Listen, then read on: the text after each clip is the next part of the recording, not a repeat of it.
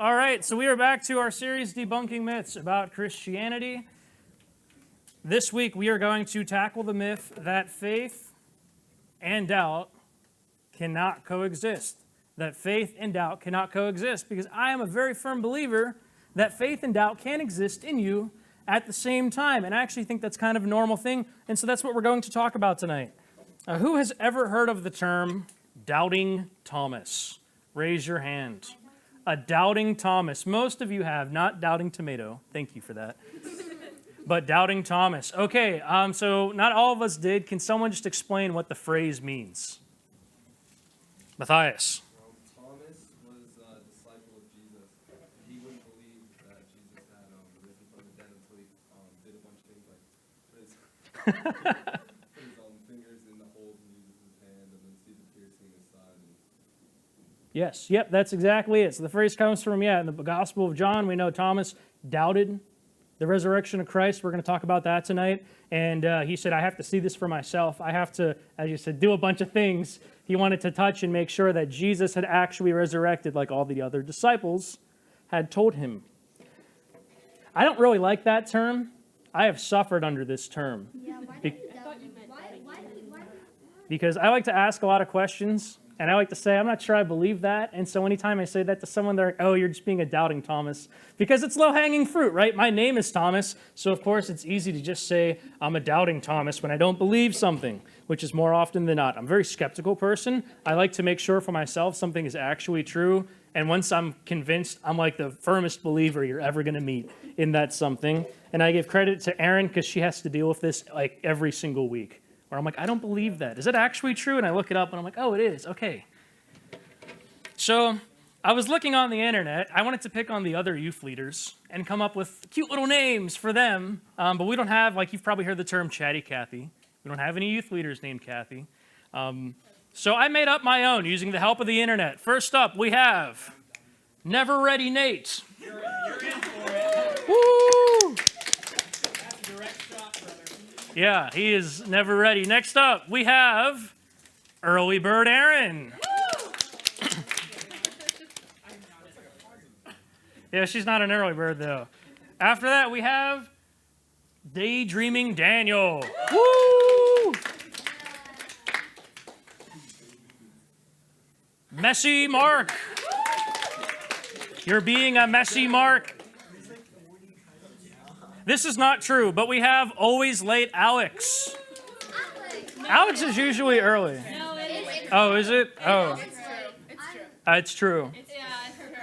All right. This is where the internet, it kind of got weird. Help me out. So instead of it being just like a name, we have John the Serial Optimist. We can say, Not even here. you're being a John the Serial Optimist.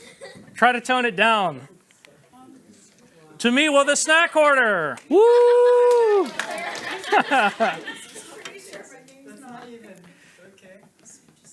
Huh? Is that how your name's spelled?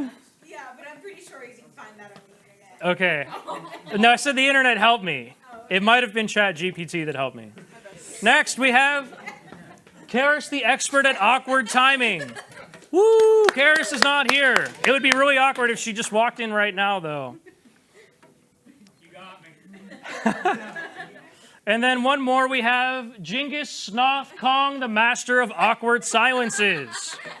That would be my brother. Give it up for my brother. There's a lot of inside jokes mixed into that one slide. I gotta get a picture of that one. Okay, sure. So your challenge for this week is to find your friend at 7:45 and say, you're being a John the Serial Optimist. Try to tone it down. And they're going to look at you like, what are you talking about? Just kidding. That's a joke. You'll know the challenge at the end. But when we talk about doubt, we often do think of the phrase doubting Thomas. So we're going to talk about Thomas a little bit later on. But let's get into the question of why does this matter? Like every week, we tackle a different myth about Christianity. And all of them have been relevant so far. That the Bible, that Christianity is not anti-science, that it's not full of contradictions, that it's not just a book of fairy tales. Why does this one matter, that faith and doubt, that the myth that they cannot coexist when really they can coexist?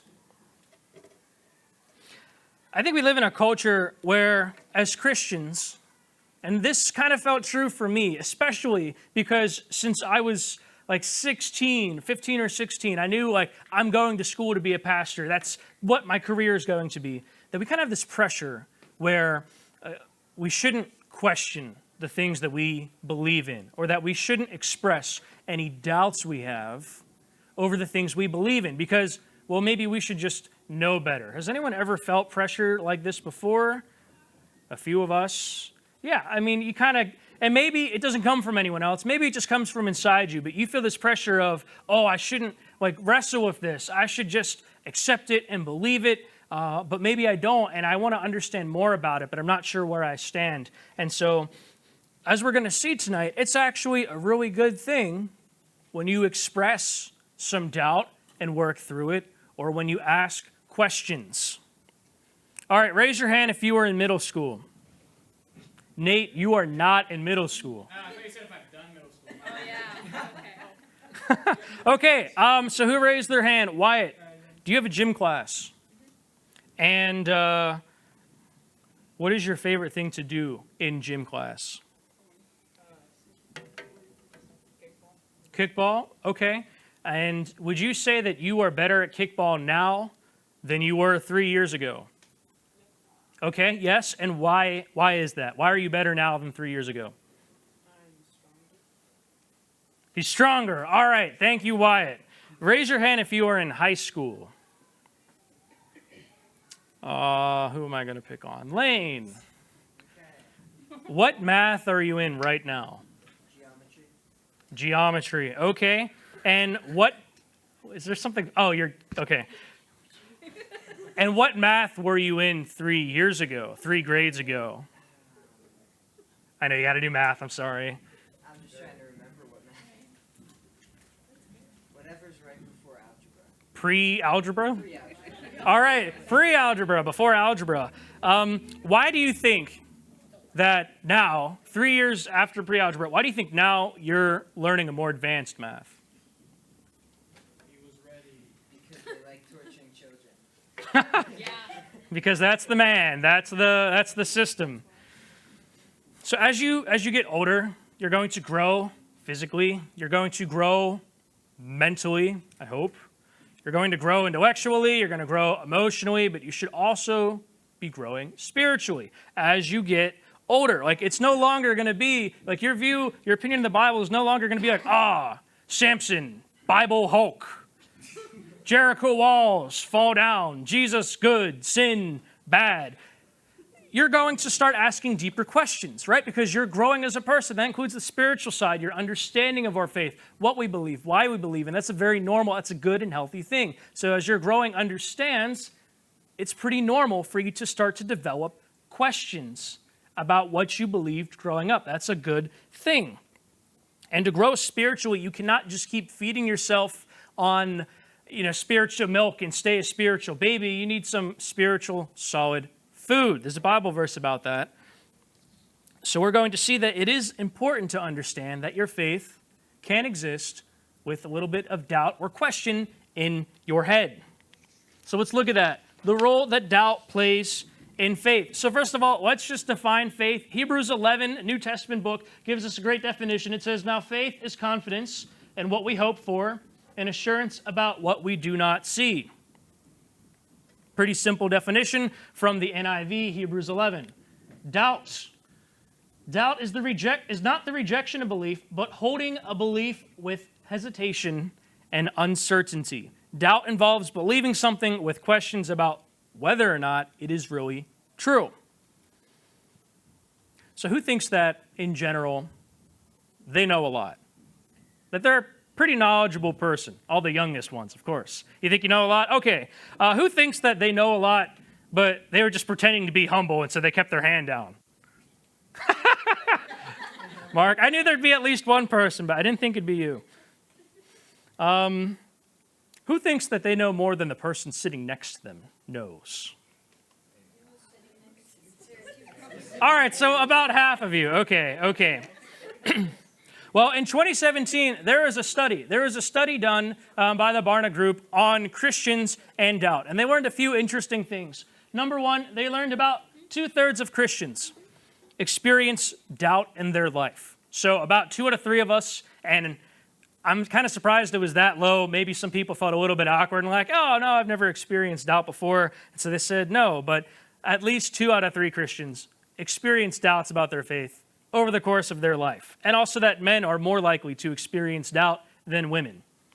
Number 2, Christians who had doubts and questions and who worked through those doubts and questions, they were less likely to turn the back on their faith than the people who did not express those doubts or questions. You with me so far? So the people who expressed, hey, I kind of have a hard time understanding this. Can we talk about this? They're the ones more likely to keep their faith, to not walk away as they got older.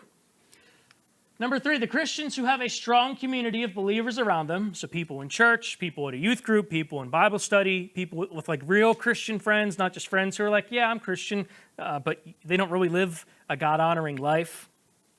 People who had good people around them, they were much more likely to work through their doubts and their questions than the people who did not. And then lastly, the 4th big thing that they learned is that with every generation, starting from like the boomers to the Gen X, the millennials, Gen Z, and what's the next one? Alpha? Gen Alpha? Something like that. Of course, they're the alphas. Less and less people have a strong community of believers around them. And you can see why that's dangerous, right? Because it's the people who express their doubts and questions with the strong community of people around them. They're the ones who are likely to grow stronger in their faith. And the people without any of those things, those are the ones who are more likely to walk away as they get older. You see, spiritual relationships, they provide both emotional and spiritual strongholds so that when you feel like you're under pressure, they can just help carry the load, right? Because that's what we do as Christian friends. We talk about this in Bible study sometimes. We talk about it in church. We are all here just to help each other carry the load of life. And Jesus helps us carry the load. A few more things about doubt. Doubt is normal. It's a normal part of the faith. It's not anything you should ever feel ashamed of. It's not anything you should ever feel guilty over as well. Questions can lead to understanding. And that can lead to a more mature or a deeper faith. Doubts can be a growing pain. Like the pain you get in your legs whenever you grew and never really had them too much. Matthias has them every day, probably. Growing pains. Doubts can be a growing pain of your faith in the sense that rather than just have blind acceptance, oh, I believe this because, well, that's what I've just always believed, or that's what my parents or my grandparents or my cousins believe, so it must be true, but you actually, for yourself, you work through the Bible and what it says and come to an understanding of it. That's the difference between, oh, I believe Jesus resurrected because the Bible says so, and saying, I believe Jesus resurrected because there were guards to stop thieves from coming to the tomb, because over 500 people are said to have saw him, both in the Bible and extra sources outside of the Bible, because Jesus ate food on several occasions with the disciples, so he wasn't like a Star Wars Force ghost or anything like that, but he was like a real resurrected human being. That's the difference. You see the difference there? Oh, I think I forgot one. And doubt can be a time to experience God, his patience and his love and his grace as you work through things. So doubt is not just a hindrance. It's not like a barrier in your spiritual walk by itself. What you do can become an obstacle, but doubt, question, wonder is not in and of itself a barrier in your spiritual walk. Do you see what I'm saying? So if you're still with me, say, huh? One more time. All right, you're still with me. All right, one more thing. Belief. Belief does not require absolute certainty. Like I believe my wife loves me. I also believe that the Pittsburgh Steelers football team will make the playoffs this year. But I am much more certain my wife loves me than I am that the Pittsburgh Steelers are going to make the football playoffs this year. I believe both to be true, but I am much more certain about one over the other. You see what I'm saying? So belief does not mean you have absolute certainty, because you can believe on different levels. All right, so we're going to look at 3 examples of people in the Bible who believed but also doubted. Number 1, we have King David. King David in Psalm 22, he said, my God, why have you forsaken me? Why are you so far from saving me, so far from my cries of anguish? My God, I cry out by day, but you do not answer, by night, but I find no rest. And this is David. This is, King David, who as a boy, he fought the giant Goliath. He says, yeah, you come at me with a sword, you come at me with a spear, you come at me with a javelin, but I come to you in the name of the Lord of Israel. And then he killed him, right? He just got him right in the head. He went for the head. But here, David, later in life, he feels alone. He feels abandoned by God. He's going through a hard time. He doesn't see where God is in this hard, rocky time of his life. Old Testament example. A New Testament example, a man in the crowd. So there's a big crowd around Jesus. There's a guy, he has a son. The son's possessed by a demon, and the disciples aren't able to exorcise the demon out of this man's son. So Jesus comes along and he says, hey, how long has your boy been like this? From childhood, the man answered, it has often thrown him into the fire or into water to kill him. But if you can do anything, take pity on us and help us. If you can, said Jesus, everything is possible for one who believes. Immediately the boy's father exclaimed, Lord, I believe, help me overcome my unbelief. I'll say it again. Lord, I believe, help me overcome my unbelief. Well, thanks for saying it along with me. At first I was like, why are they doing that? Okay, and that's the struggle right there, right? I have prayed those words many times when, something maybe silly is like, oh, I just went through a breakup and yeah, I'm 17, but I thought I was going to marry this person one day. And I was like, God, I don't know what you're doing with my life. It's ruined. I believe you're there. I believe you have a plan for my life. But I don't understand where this direction you're taking me on.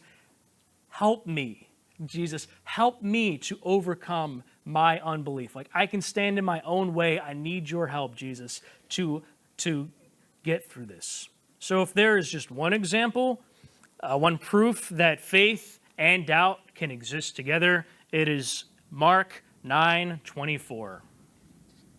His son gets healed by Jesus in the next verse. Number 3, doubting Thomas himself. John, the Gospel of John, it gives us a pretty clear picture into the life of Thomas, more so than the 3 other Gospels do. John really has the story of Thomas contained inside, and Thomas is mentioned in 3 distinct points. Number 1, in John 11, Lazarus, we'll just read the verses here. So Jesus heard Lazarus was sick. He stayed where he was 2 more days. Then Jesus said to his disciples, let us go back to Judea. That's where Lazarus was. But Rabbi, they said, a short while ago the Jews there tried to stone you, and yet you are going back.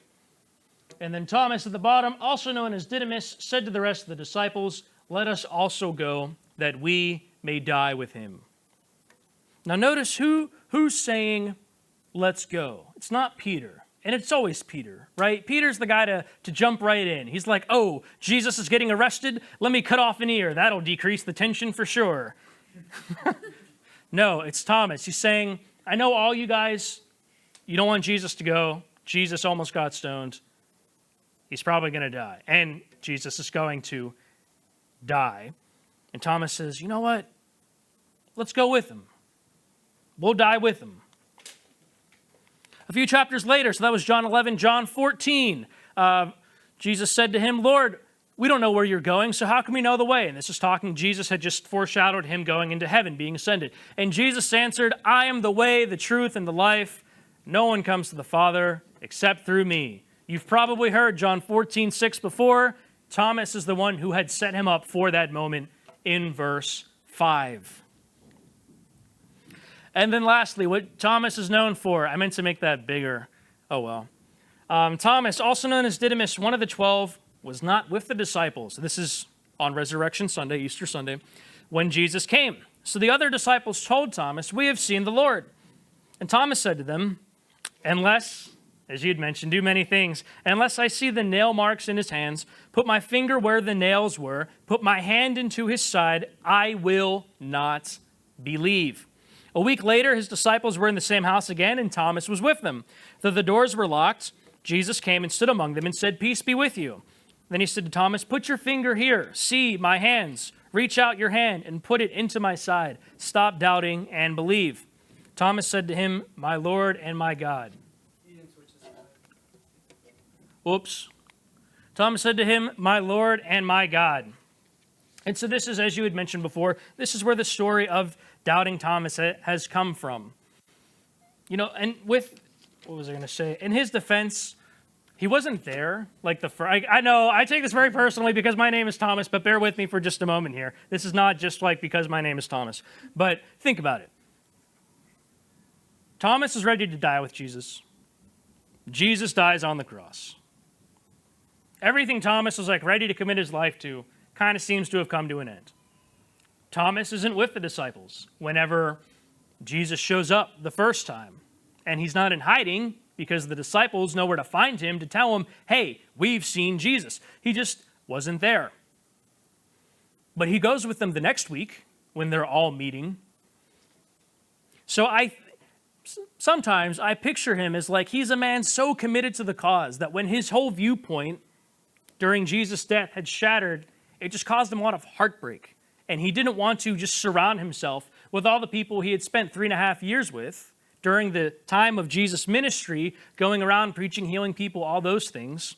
So he decides to keep his distance. But he heard they had seen Jesus. He didn't believe it, but clearly he was curious enough that he decides, I'm going to go with him this week. I'm going to go on Sunday. And Jesus shows up, as he does every single Sunday, right? When we're at church, Jesus always shows up. He's mentioned again in chapter 21. He's like with Peter on the beach. They go fishing. They eat fish. Jesus is there. They're having a good time. We don't really know what happens to him after that because the Bible doesn't tell us. If you look at church history and take it with a grain of rice, we believe that Thomas was the first out of the 12 to leave on mission, that he goes over to Asia, to India, to China, that direction. He's the first to go as a missionary. So if that's true, he's a man like committed to the cause. He's fired up again after this faith has been renewed in him, and he's on fire, and he goes out and he wants to start telling people. He's the firmest, most convicted believer. That's sometimes how I view it. We don't know. That's a take on it. And I mentioned 12 because we know that Judas had died, and in Acts 1, they have to replace Judas with someone who was with them for the whole time that Jesus was there, going around baptizing, and they pick a man by the name of Matthias, yes, which is, I'm assuming that's what you were named after. So they pick a man by the name of Matthias, and there's 12 of them again. So did Thomas doubt? Absolutely, he did. He certainly earned the name Doubting Thomas, but he had a strong community of believers around him. He worked through the doubt, and his faith grew stronger afterwards. You know, this study, I didn't put it on the slides, but the study that was done, they found that people who expressed their faith, over, I think, like 50% of them, a big majority, I forget how many, people who expressed doubts in their faith and worked through them came out stronger on the other side. Very, very few, surrounded by a community of believers, would turn their back on the faith when they had questions or doubts, things they didn't understand. Most of them came out stronger. So did Thomas in John 20. And I know, I feel like my mom picked the perfect name for me because, like, I am a very skeptical person. Like, for week 1 or 2 or 3, I had mentioned the story of at Life, where we're going in the summertime. Like, I knew this girl there, and she said she had a miraculous healing by Jesus, and I was very skeptical. I was like, are you high on the endorphins right now? Is the adrenaline causing you to not feel pain? So we kept in touch, and a week later, are you still, is your back, she had a back problem, is your back still healed? A month later, is your back still healed? 6 months later, is your back still healed? Over 2 years. I did not believe this person had been healed by Jesus, as they had said during the Life conference. So I kept probably annoying her by following up. Hey, how's your back doing? Is it in pain? She's always said, no, I'm pain-free. Jesus has healed me. So now I proudly tell that story, that Jesus does heal pain. He heals physical pain, he heals emotional, mental, friendship, school, everything. Because Jesus is alive today, he still heals today. But if I didn't, for myself, take the it took me 2 years to really work through this. My faith in Jesus still healing people today would not be as strong as it is now. If you don't have doubts, that's great. That's a good thing. Jude, verse 22, it tells us as Christians, be merciful to the people who do have doubts. So be the community of people around them. Be someone that they can lean on, someone that they can talk to, listen to, post nice little things on your Instagram story. I don't know. Aletti's really good at doing that. Jude 22, be merciful to the people who do doubt. Okay, so what do we do when we are feeling doubtful about our faith? Do you remember like 2 weeks ago, the prayer night we did, and I said like I am a chronic planner? Like I have a list of plans, and I have a plan of when to execute my future plans. Like I have lists and plans for everything that I think of. I'm also a chronic list maker. So I make lists all the time in the Notes app on my phone. One of the lists that I have are spiritual questions that I don't have the answers to right now. When I think of something and I can't think of an answer, I just write it down. And if I remember to, or if I have time, I try to look into that question that I thought of to see if I can answer it, to see what the answer is. Right now, I have 31 questions on my spiritual questions list, 31 things I can't answer that I would like to find the answer to. So I encourage you, if you think of things, just write them down. Come back to them later. Ask a pastor, ask your parents, ask your friends if like you respect your friend's spiritual level and they're not a complete bonehead, respectfully. Just make a list, write it down, come back to it. So some things we can do. I encourage you, number one, first and foremost, read what the Bible has to say on the subject. Whatever you're wondering about, like whatever your questions about, like the Bible probably talks about it.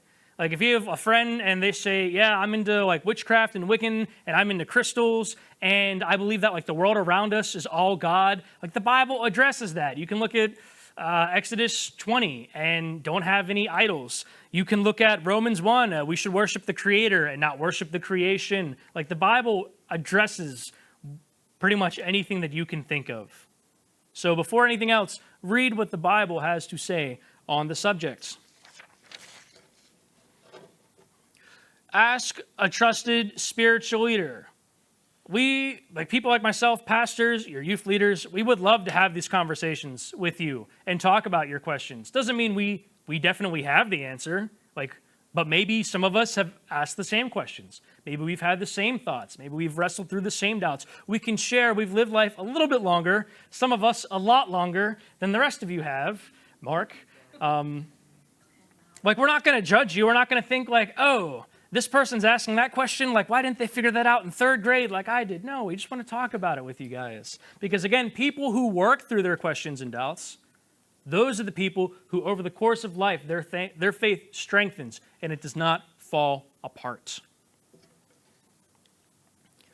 3, look at online sources. You have to be kind of careful. Like, take everything you read on the internet with a really big grain of rice.